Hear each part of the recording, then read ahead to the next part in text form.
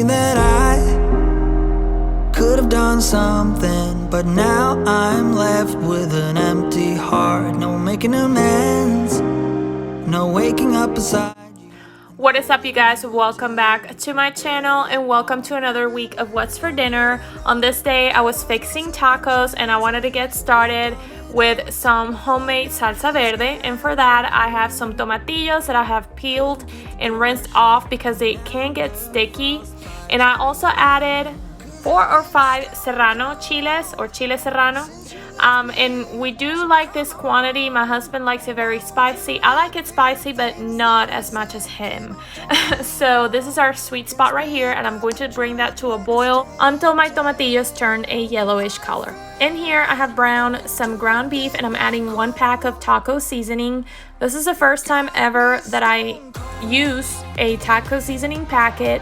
I'm adding my seasoning in my water, and I'm going to let it cook very well until the sauce thickens up a little bit.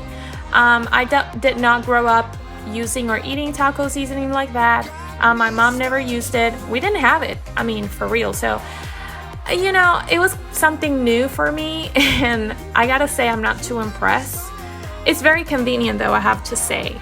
Maybe there is a more natural way where you can have a mix of seasonings along with some cornstarch in your pantry or in your seasoning cabinet that you can use for your ground beef whenever you want to fix tacos. Maybe not. I don't know. Maybe I can come up with something like that. But in here, can you tell that my tomatillos are turned into a yellow color? So that's the time when we are going to blend it, and I'm going to use my NutriBullet. I have to do it by batches because I'm using the small cup. I don't want to use my large cup because that's the one I use for my smoothies every morning. Unless I wanted to have spicy smoothies, then I'll use that one. Just kidding, you guys. I do wash my NutriBullet every single day, okay? But it just gave me a little bit more mental peace to just use a different cup for the spicy salsa verde. So once it's blended, I'm going to go ahead and add it to my pot with a little bit of oil, and I'm going to go ahead and do the next batch. I'm also adding half an onion in there, as you can tell, a little bit more water, and that's the last batch I blended. So I'm gonna go ahead and have that very well blended. I probably added too much water to this and it probably came out super liquid, but you guys, you know, little by little I'm learning, okay? So after adding all of it to my pot, I'm adding some salt and the smallest amount of cumin. I don't know if I mentioned, but I did boil my tomatillos and my serrano chiles with some garlic cloves. I think I used like a couple. So that's a very huge detail. And this recipe was given to me by a lady at the farmer's market. Shout out to her because, you know, Luke loves this salsa, and I'm going to let it cook until it thickens up. In here, I am going to make some refried beans, and if you're Mexican, please forgive me, okay?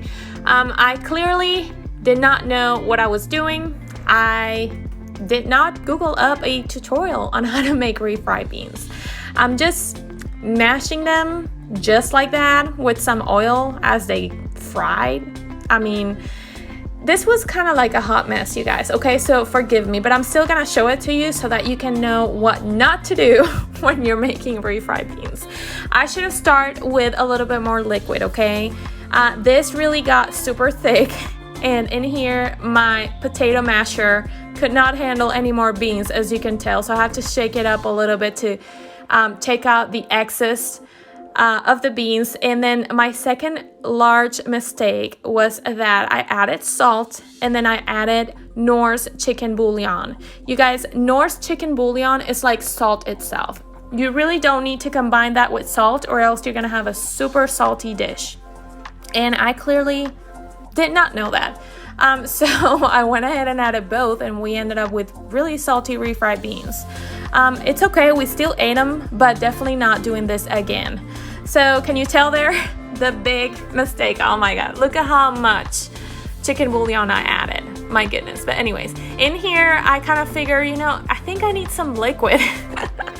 So I added some water until I reach a kind of like desired consistency, or you know, until I figure, okay, this is starting to look more like refried beans to me. You guys, next time I promise a more decent tutorial on how to make refried beans. I promise to look and do some research myself before showing you something that clearly I didn't know what I was doing. But those are ready right there. And then this is my salsa verde. It has reduced a lot. You remember how liquid it was? Well, because we let it cook, the flavors married together. The consistency, it's so much better, and the color is just absolutely beautiful. And then here are our plates. I decided to serve my plate as a taco with some rice and the refried beans and the salsa on top. And then Luke needed to eat his as a huge burrito, so he added some queso on top, and that was our dinner. And this turned out so good, you guys. Highly recommend. On this day, I was on a pinch because I did not plan anything for dinner, and the only thing I could thaw out quick was a couple kielbasas. So I decided to show you how to make arroz con salchicha, which literally means sausage with rice.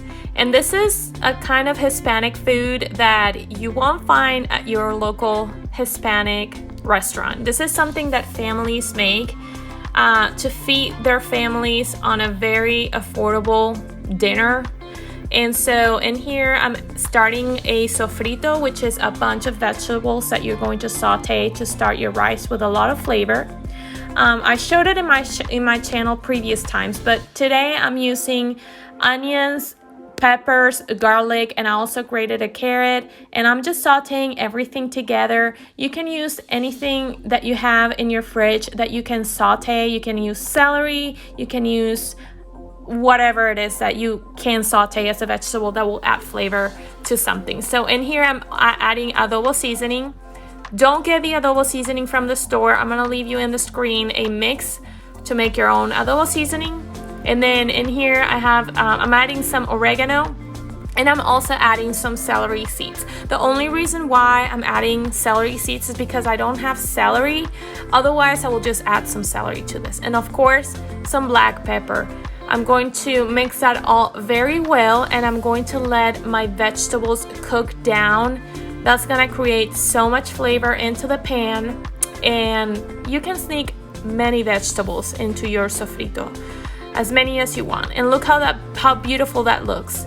It's turning very orange because of the carrot, and I did grate my carrot only because Luke does not like chopped carrots cooked like that. He's my picky eater, okay? So I just grated them, and I personally believe that for the sofrito, the grated carrots work better. But do whatever is best for you, whatever works for you. It's going to be flavorful anyways. In here, I'm slicing my kielbasas. I'm using 2. And then originally in Hispanic houses, people tend to use also hot dogs for this. You don't have to use a kielbasa if you don't have it. I mean, work with whatever it is you have. I will tell you, you could even use Italian sausage if you want it. It's going to be flavorful anyway. So work with what you have.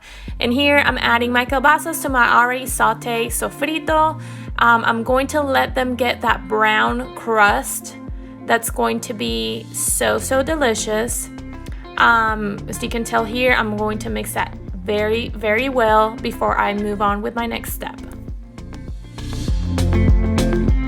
And then I'm going to add my rice. I'm using half a cup because that's enough for me and Luke. This dish has a lot of elements that will bulk it up, like the sausage and the vegetables. So that's why I'm only using half a cup, and we even had leftovers from this. So, you know, just use the amount or ratio of rice that you would like in a dish like this. To that, I'm gonna add 1 pack of Sazón Goya con azafrán, which is nothing else than saffron seasoning. You can add saffron itself. You can use Carmencita, which is a paella seasoning that they sell at Walmart. I'm gonna link it down below. And if you don't have any of this, just make it work with whatever you have. Beef bouillon, chicken bouillon, beef stock, chicken stock, vegetable stock, anything can work. Once you have that added, you're gonna add 1 cup of water, just enough for your rice to cook because you don't want this to come out too soupy. And you're going to let it boil, cover it up. And you guys, I forgot to I forgot to take a shot of my plate, but it turned out really delicious. On this day, we were having some friends over, and so I was fixing some Jiffy's corn casserole, and for that, I'm adding 2 eggs into my KitchenAid, half of a can of corn, and then 1 full can of cream of corn, 8 ounces of sour cream, which is a full small container, and then 1 full box of Jiffy's cornbread mix. And then I'm also adding, this is not in the recipe, but I'm adding half a bag of cheddar cheese, grated cheddar cheese. I'm gonna mix it all very well. You don't need to beat this a lot, only for all the ingredients to be well incorporated. And then into my 9x13 baking dish, I melted 6 tablespoons of butter, and then I'm going to dump all my mixture in there. And I know that looks like a lot of butter. It looks like a pool of butter, but you guys go big or go home. If you're gonna eat this, you might as well add the butter. It's delicious. You're not gonna regret it, okay? This is one of my favorite things. Probably my favorite all-time casserole recipe, okay? Shout out to my mother-in-law for this, I gotta say. Because she opened the doors of heaven for me whenever she fixed this for the first time and I tried it. Oh my God. This is just a 10 out of 10 for me. So I'm gonna take this into the oven for 350 degrees for around 55 minutes.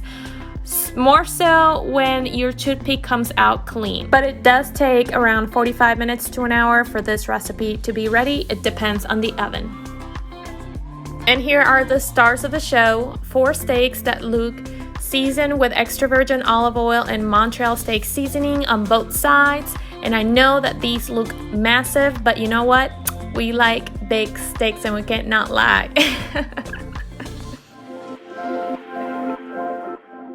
Luke does not eat corn casseroles, so I'm also fixing mashed potatoes. I'm using red skin potatoes. I think they're awesome because you don't have to peel them, and I like the consistency that you get whenever you mash them together with the skin. I think you get lumpy potatoes, but you know, they're not like soupy potatoes, too smooth, if that makes sense. But anyways, I'm chopping them off in equal parts, and I'm basically going to boil them with water. I'm going to add a healthy serving of salt. And then when they're ready, I'm just gonna mash them with my hand mixer with some butter and some milk, and mashed potatoes are gonna be done. This is the easiest method to make them, and it saves me from using instant mashed potatoes. And then Luke is also fixing green beans. He added some bacon grease in there and then some pepper. You guys, he's from the South, so he can't eat his green beans without bacon grease. And whenever I make him, he's always like, "Baby, do you add the bacon grease?" And I'm like, "Yes, of course I did." And as if we didn't have enough food tonight, we're also adding a salad kit that I picked up from H-E-B. This is really good. I highly recommend. Luke and I always like to cook for an army every time we have guests over. So in there you see the green beans, the glorious corn casserole, the mashed potatoes, and the salad, and then the steaks that we're grilling outside. I'm going to show them to you in a second. You guys, I'm getting hungry only by looking at this. But at the same time, we have leftovers worth of a month or something with all of this food. But anyways, the next meal is going to be one that we were using leftover steak for. So Luke is sauteing some onions here. He used some salt, some butter, and some beer. And he's going to let all that alcohol cook down. He's using Shiner Block beer. I sliced the steak very thinly. This is leftover steak from the day before, from that huge meal you saw that we prepared. And I'm going to slice 6 Hawaiian rolls in half. I'm going to make Hawaiian sliders just like the ones I showed you last week. These actually are the leftovers from that same package. And instead of using mayo, I'm going to use Dijon mustard. You guys, I finally went to the store for Dijon mustard because Luke convinced me that these were gonna go good with Dijon mustard. And I don't know what happened with the footage where I was assembling the sliders, but I basically added the Dijon mustard on both sides, the steak, some pepper jack cheese, and all those onions. And in here, I'm going to make some kind of butter to go on top so that the top of the sandwiches is not dry. So that's just 1 tablespoon of melted butter and just some garlic salt. That's a lot of garlic salt, you guys. I gotta say, I should have added garlic powder, but my husband wanted me to use garlic salt. So I added all on top of my buns and I cover it up, took it to the oven at 350 degrees. I believe it was like 10 minutes covered. And then I took it out, uncovered it, and put it back in the oven for another 5 minutes. And you guys, do not try what I'm doing here at home. I am kind of wild, you know, but don't do it unless you're wild like me. No, just don't try it, okay? I'm always touching hot stuff with my bare hands, and then I wonder why I have so many burns in my hands and fingers, okay? Anyway, I'm returning this to the oven, and this was the final result. It was so delicious, and that's going to be everything for today. You guys, thank you so much for watching, and I'll see you in the next one. Bye.